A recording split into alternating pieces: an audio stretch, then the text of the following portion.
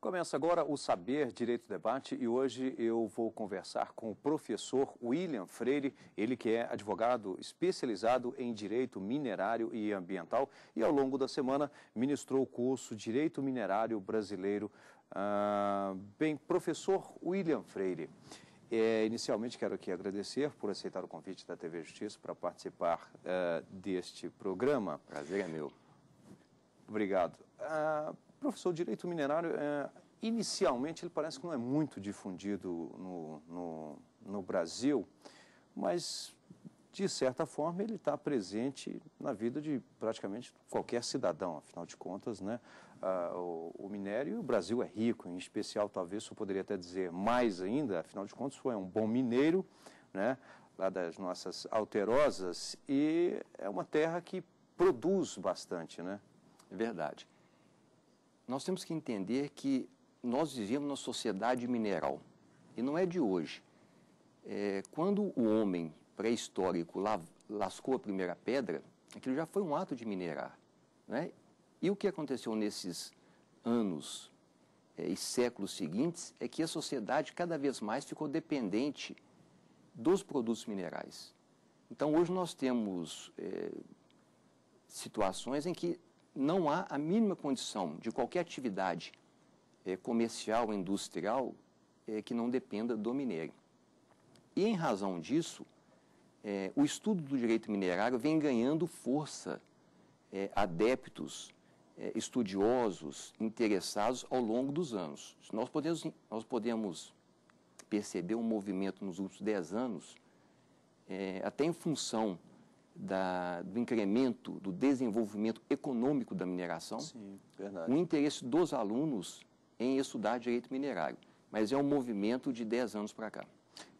O senhor disse bem, e aí nós podemos, por exemplo, pegar hoje a China, né? A China seria o maior consumidor hoje, por exemplo, de ferro? A China hoje é a maior consumidora de minérios em geral. Em geral. Sabe? E como ela não tem condição de se abastecer sozinha com as próprias jazidas, há uma demanda muito grande de importação de minérios. Isso reflete no Brasil, reflete na Austrália, porque nem todos os países têm todos os minérios, né? Então, o país que tem determinado minério vai suprindo aquele país que demanda mais por aquele tipo de minério. Agora, e essa relação jurídica entre os países nesse campo? Como é que é hoje? Na verdade, não existe um direito minerário internacional, como existe hoje já um embrião de direito ambiental internacional, né? O direito minerário hoje ainda está centralizado em regulamentos dos países, apesar de já existir um estudo de quais seriam os elementos comuns nos direitos minerários de todos os países. Por quê? As jazidas, elas têm algumas características que são comuns a todos os países. Por exemplo, a rigidez locacional. Ora, a jazida, ela tem que ser lavrada onde a natureza colocou. Isso vale para o Brasil, vale para a China, vale para a Austrália. Né? Isso gera vários reflexos no direito minerário e gera vários reflexos também no direito ambiental. Então, nós poderíamos dizer que já temos uma base aí. Já. Para uma possível norma internacional. Eu não diria para uma norma internacional, mas se você analisar os autores de maneira geral, você já percebe uma unanimidade nos fundamentos do direito minerário. Isso é muito interessante e isso é uma tendência crescente. Uma uniformidade de entendimento de quais são os elementos essenciais e quais são as características fundamentais da atividade mineral, que naturalmente gera reflexo no direito minerário.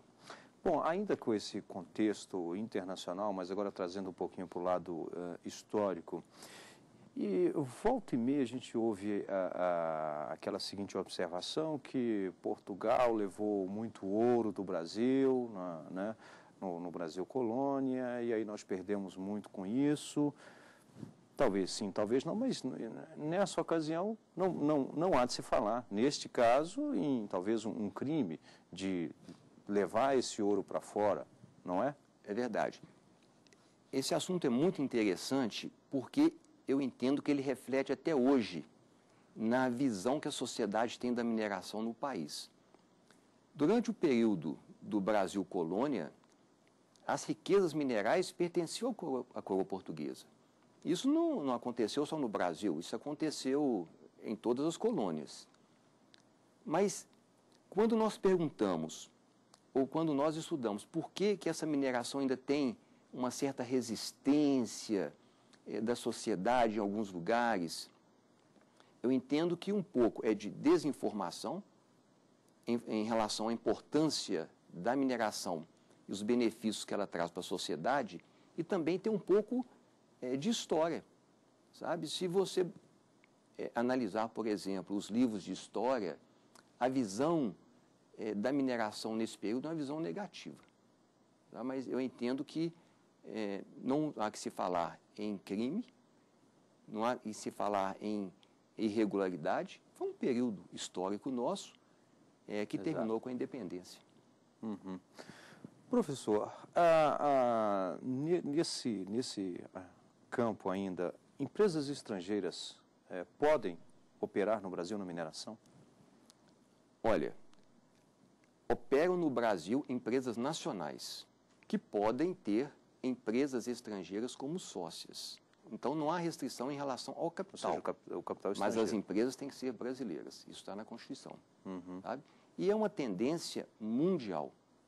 Quando nós analisamos os requisitos estruturais do direito minerário, nós percebemos que existe uma preocupação dos países em geral em ter um controle estratégico da mineração, não só sobre o aspecto jurídico, mas sobre o aspecto político também.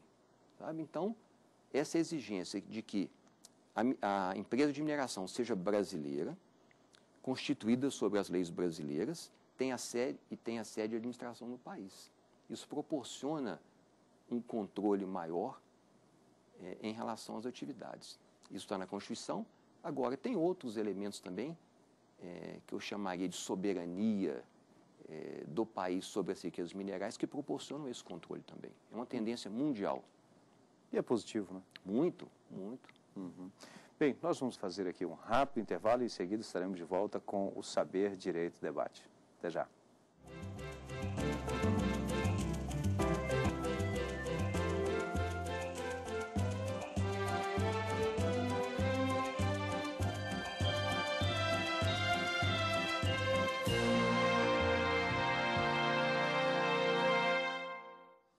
Estamos de volta com o Saber, Direito e Debate, hoje conversando com o professor William Freire, ele que é advogado especializado em Direito Minerário e Ambiental. Professor William, nós temos sempre, e aí isso inclusive está sempre na televisão, principalmente eu me recordo bem nos desenhos animados em que determinado personagem encontra ali no fundo de casa um poço de petróleo, o outro talvez uma mina de ouro, e aí eles estou rico, estou rico, estou rico. Mas a bem da verdade é que não é bem assim, né? Aquilo que é encontrado numa propriedade particular necessariamente não é, no caso do minério, claro, né? Vamos colocar o petróleo ou o ouro, por exemplo, não é bem daquele proprietário necessariamente, né? Ele pertence também ao Estado, não é isso? Na verdade, é o seguinte, o Brasil tem um regime jurídico da mineração muito semelhante aos demais países ocidentais, em que todas as riquezas minerais pertencem à União, pertencem ao país. Existem países em que alguns minérios não pertencem ao poder, ao Estado. Por exemplo, o Chile deixa de fora desse domínio as argilas superficiais. Mas no Brasil não, sem exceção, todo minério pertence à União.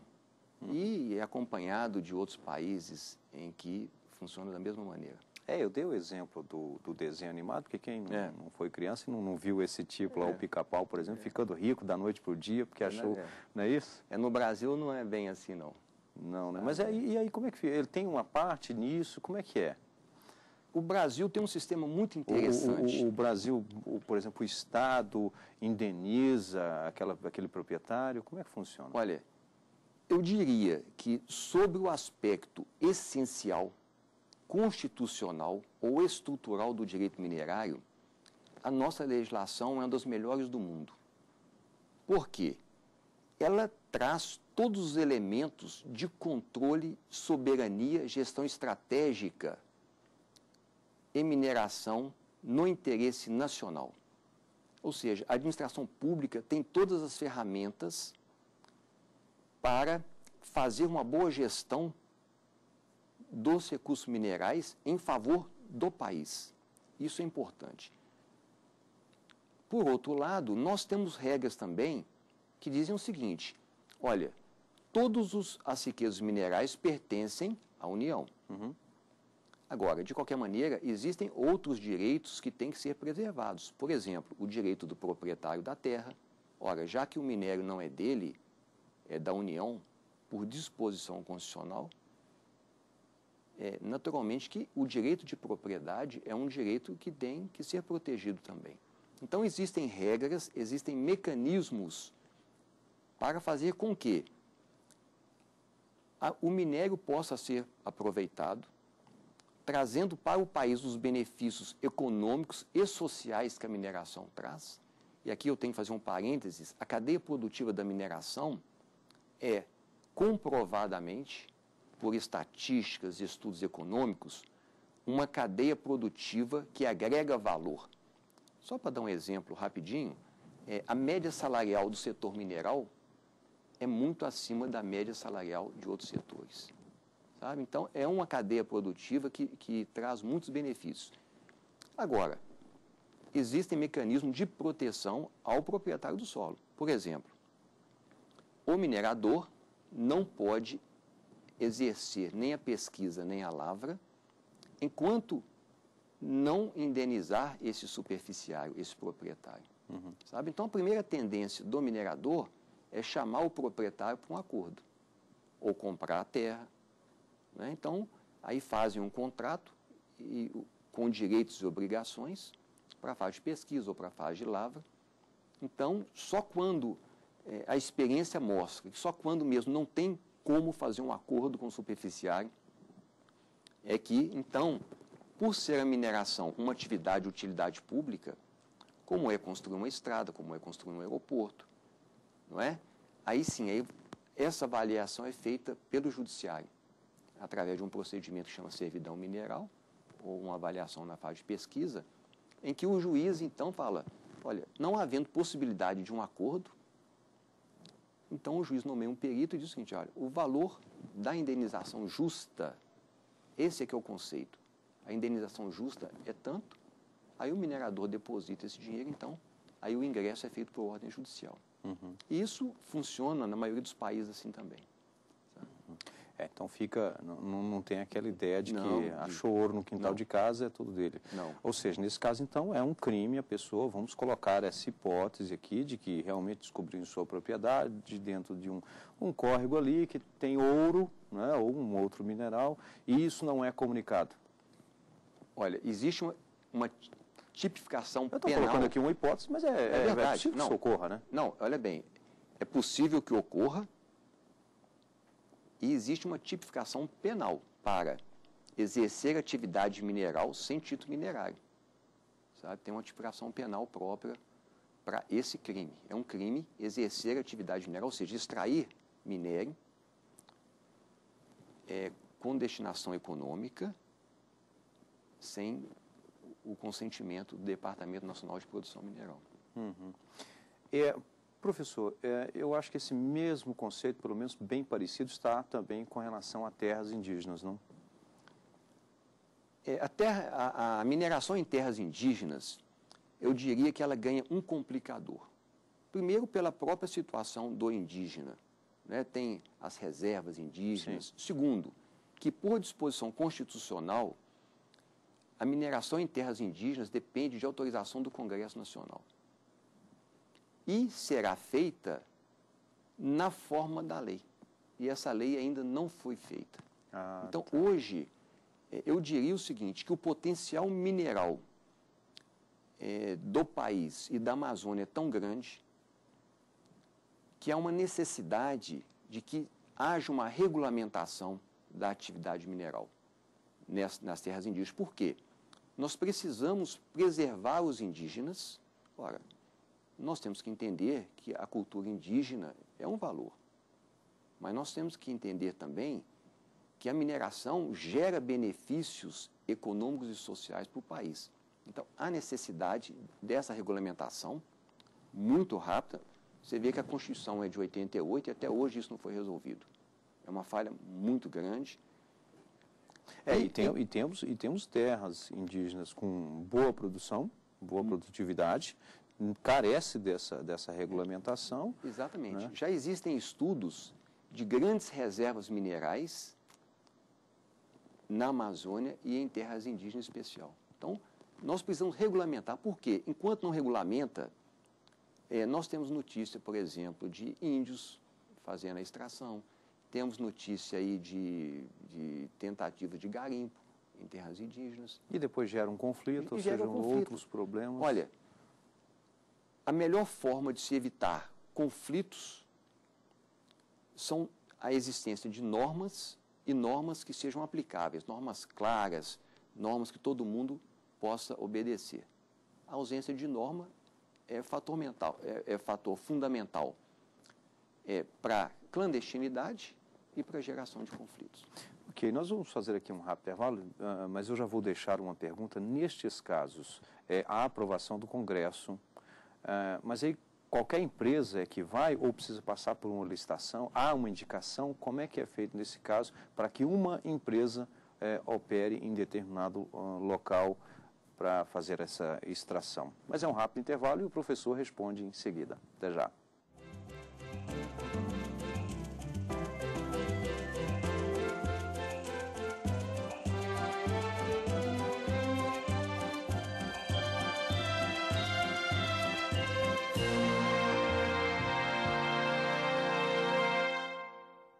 Estamos de volta com o Saber Direito Debate, hoje conversando com o professor William Freire, ele que é especialista em Direito Minerário e Ambiental e ao longo da semana ministrou o curso Direito Minerário Brasileiro, tendo como aula número 1, mineração, 2, pesquisa mineral, aula 3, lavra, quarta aula, regime recursal e a quinta e última aula, outros aspectos relevantes. Bem, professor William, eu deixei uma pergunta no finalzinho do bloco anterior, eu queria que o senhor explicasse. O senhor me disse que, no caso indígena, precisa passar por uma aprovação do Congresso. Autorização do Congresso. Bom, ficou subentendido que em outras propriedades, então, não seria o caso. Mas, se for também, me corrija. Agora, depois que isso ocorre, aí, nos dois casos, para que uma empresa opere, é necessário uma licitação, é uma indicação, é uma empresa que tem ali participação do governo, mista, como é que funciona? No Brasil funciona um regime misto muito interessante de aquisição de direitos minerários. Eu gostaria de aproveitar só para fechar a pergunta anterior, é o seguinte, nós falamos da indenização que o proprietário do solo, quando não é um minerador, ele tem o direito de receber do minerador para que o minerador ingresse na propriedade dele. Para pesquisa, para a lavra ou até para atividades acessórias da lavra, beneficiamento, industrialização, etc. Quando a mina está na propriedade da pessoa, há uma disposição constitucional e no Código em que ele tem uma participação no resultado da lavra. Sabe? Então é muito interessante, porque se a mina for na propriedade dele, o investimento é todo da empresa, milhões e milhões de dólares, e ele ainda tem uma participação no resultado da lavra. É um sistema bem interessante, sabe, aqui no Brasil. Em relação às terras indígenas, eu vou separar a resposta em relação à terra indígena, propriamente dita, e em relação à aquisição em geral. Tá. Em relação à aquisição em geral, há necessidade de um consentimento do Departamento Nacional de Produção Mineral ou do Ministério das Minas e Energia, no caso da Lavra. É assim que funciona. Não há mínima possibilidade do exercício da atividade mineral regular sem um consentimento prévio. E o nosso sistema de aquisição de direitos minerários, nós temos dois.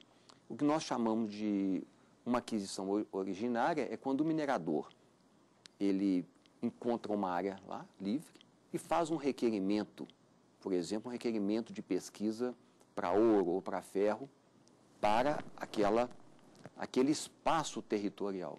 Né? Ele submete esse requerimento ao Departamento Nacional de Produção Mineral, o Código de Mineração estabelece os requisitos que ele tem que preencher, documentos, plano de pesquisa, etc. O DNPM examina aquilo tudo, estando de acordo, emite uma autorização de pesquisa, e aí o processo caminha. Existem outras formas. Existem formas, por exemplo, de licitação, que nós chamamos no direito minerário de disponibilidade, é um termo próprio, mas é uma espécie de licitação, para determinadas situações em que o requerimento não é feito diretamente em uma área livre. Por exemplo, quando um minerador perde uma área, ela volta para o governo, então o governo devolve essa área para o setor produtivo via licitação. Né? Então, outros sistemas, nós temos as reservas de minerais estratégicos, que o sistema também não é sistema de requerimento simples em área livre. Então, tem regras especiais. O sistema é bem interessante. E no caso indígena? No caso indígena, como não tem a lei, nós podemos dizer o seguinte: hoje não há como minerar regularmente em terras indígenas.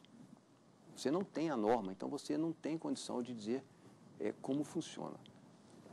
Quais são as perspectivas? Pode ser que o sistema seja um sistema de licitação, um sistema diferente do sistema de requerimento, que é provável em função da especialidade das áreas indígenas, né?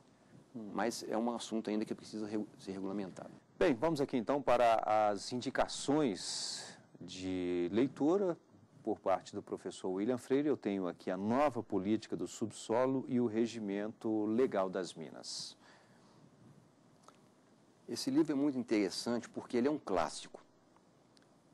E quando nós falamos em direito minerário, eu entendo que é importante nós conhecermos a história do direito minerário, porque se nós pegarmos hoje o artigo 176 da Constituição, não entendemos como nós chegamos nessa estrutura jurídica, você não consegue compreender isso dentro de um contexto histórico.